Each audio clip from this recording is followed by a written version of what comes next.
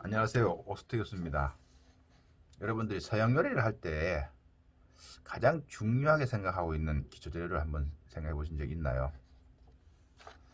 재료에 따라서 특성도 다르겠고 또 셰프들마다 개인차가 있겠지만 저는 스톡을 가장 중요한 기초 재료라고 생각합니다.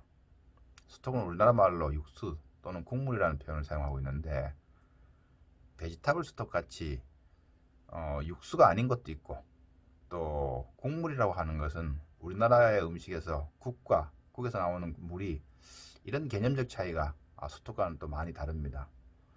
그래서 오늘은 조리의 시작이자 또는 가장 기본이라고 할 수 있는 이 스톡에 대해서 알아보는 시간을 한번 가져보려고 합니다.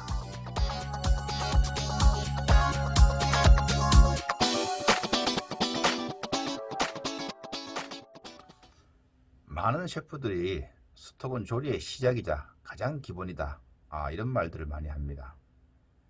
스톡을 조리 용어 사전에서 살펴보면 flavored liquid base for making a sauce, stew, or braised dish 이렇게 설명이 되어 있습니다.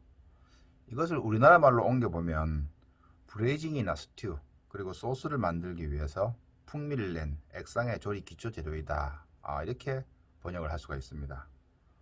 스톡을 프랑스 말로는 퐁이라고 이렇게 하는데 퐁그롱, 퐁블랑, 즉 브라운 스톡과 화이트 스톡 이렇게 부르고 있습니다. 스톡은 매우 단순한 것 같지만 음식을 만드는 데 있어서 아주 중요한 역할을 합니다. 특히 스프나 소스를 만드는 데 있어서 스톡은 맛의 근원이 되기도 합니다. 그런데 프랑스어로 퐁이 왜 스톡이라는 단어로 사용될까 하는 궁금증을 한번 가져보았습니다. 스톡은 조리 용어 외에서도 다른 경제 용어로도 많이 사용됩니다. 첫 번째로는 저장을 한다는 뜻을 가지고 있고 두 번째는 주식이라는 뜻도 가지고 있습니다. 이 뜻을 조리하는 과정에도 대입을 시켜보면 매우 유용하게 생각해 볼 수가 있습니다. 먼저 저장한다는 의미로서 스톡은 맛과 향 그리고 영양소를 저장하여야 합니다. 따라서 스톡을 만들 때 맛과 향은 물론이고 영양소가 잘 저장될 수 있도록 생산을 해야 되는 것이죠.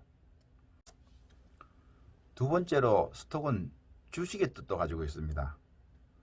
회사의 주식은 눈에 보이지는 않지만 건강한 회사가 바로 그 주식이 바로미터인 것처럼 이와 마찬가지로 스톡은 눈에 보이진 않지만 완성된 요리의 맛과 향 그리고 영양적 가치를 좌우하는 매우 중요한 요소가 됩니다. 이 가치 있는 주식을 보유한 회사가 눈에 띄지 않아도 좋은 회사일 듯이 요리가 화려하지 않는다 할지라도 좋은 스톡으로 만들어진 음식은 그 가치가 분명히 내재되어 있습니다. 스톡은 사용되는 재료에 따라서 아주 다양하게 만들어질 수가 있습니다. 그러나 크게는 이제 브라운 스톡과 화이트 스톡으로 크게 두 가지로 이제 구분을 합니다.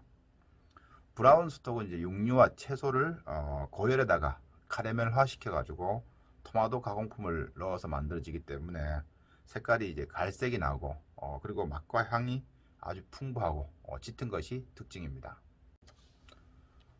반면에 화이트 스톡은 흰살 생선뼈 또는 닭뼈를 주로 사용하고 밀프와 함께 끓여가지고 맑고 담백한 맛을 내는 것이 또 특징입니다. 스톡이 다양하고 복잡해 보이지만 실은 매우 단순한 구조를 가지고 있습니다. 제가 스톡에 대해서 개인적으로 스톡의 3대 요소라고 하는 것을 지어봤는데 뼈와 밀프와 그리고 향신료라고 할 수가 있습니다.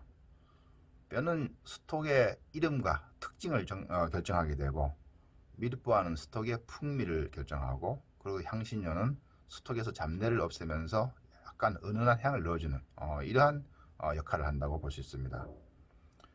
사실 스톡은 소스나 스프 그리고 스튜와 같은 조리를 할 때 기초 재료로 많이 사용되기 때문에 맛이나 향이 지나치게 강하거나 튀는 것은 좋은 스톡이 아닙니다. 그래서 이러한 스톡은 간단하면서도 조리 과정에서 기본을 잘 지키는 것이 매우 중요합니다.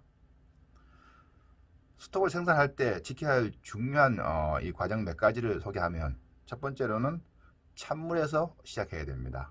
그 이유는 재료에서 맛이나 향, 영양가가 우러나오기 위해서는 찬물에서 시작을 해야 됩니다. 만약에 뜨거운 물에서 시작하게 되면 밀봉 효과 때문에 안에 들어있는 내용물이 잘 밖으로 용출되지 않습니다.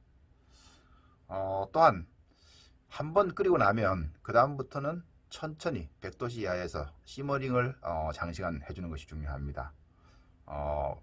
조금 전에 말씀드렸던 것처럼 재료에서 맛이 충분히 우려 나오기 위해서는 절대적인 시간이 필요한 것이죠. 그리고 시머링 하는 동안에 위로 떠오르는 불순물을 주기적으로 제거해 줘야 됩니다. 그래야지만 투명하고 깨끗한 스톡을 얻을 수가 있습니다. 마지막으로는 걸러낸 후에 재빨리 식혀서 냉장 또는 냉동 보관을 해야 됩니다. 이 스톡에는 맛과 향 그리고 영양소가 많이 함유되어 있기 때문에 조금만 시간이 지나도 그 맛과 향이 변해버립니다. 그래서 걸러낸 후에 곧바로 식혀서 냉장 보관시키는 것이 매우 중요합니다. 스톡에 대해서 다시 한번 정리를 해드리면, 스톡은 브레이징이나 스튜, 소스를 만들기 위해 풍미를 낸 액상의 조리 기초 재료이다. 그리고 맛과 향 그리고 영양소를 포함하고 있어야 된다. 여러가지 스톡의 이름이 있겠지만 그 중에서 크게 브라운 스톡과 화이트 스톡으로 구분을 할 수가 있다. 그리고 스톡에서 3대 요소로서는 뼈, 미륵보와 향신료가 있으면서 또 스톡을 생산할 때는 찬물에서 시작하고 시머링을 하는 동안에 불순물을 제거해서 맑고 투명하게 유지해 주는 것이 중요하다는 것이죠. 그리고 걸러낸 후에는 재빨리 냉각해서 냉동 또는 냉장시키는 것이 좋다. 이렇게 정리를 할 수 있습니다. 그리고 보관할 때 주의해야 될 점 한 가지만 더 말씀드리면, 마늘이나 김치 또 치즈와 같은 재료와 같은 공간에서 보관하는 것은 피해야 됩니다. 스톡은 냄새가 잘 스며들기 때문에 이런 냄새가 나는 음식들과 같이 보관하게 되면 나중에 음식을 만들었을 때 이러한 냄새가 음식에서 날 수가 있습니다. 그래서 스톡을 저장하실 때는 공간을 꼭 다르게 또 개별 공간을 사용하는 것이 좋습니다. 오늘은 서양 요리에서 가장 기본이자 또 기초 재료인 스톡에 대해서 이야기해 보았습니다. 오석태 교수였습니다.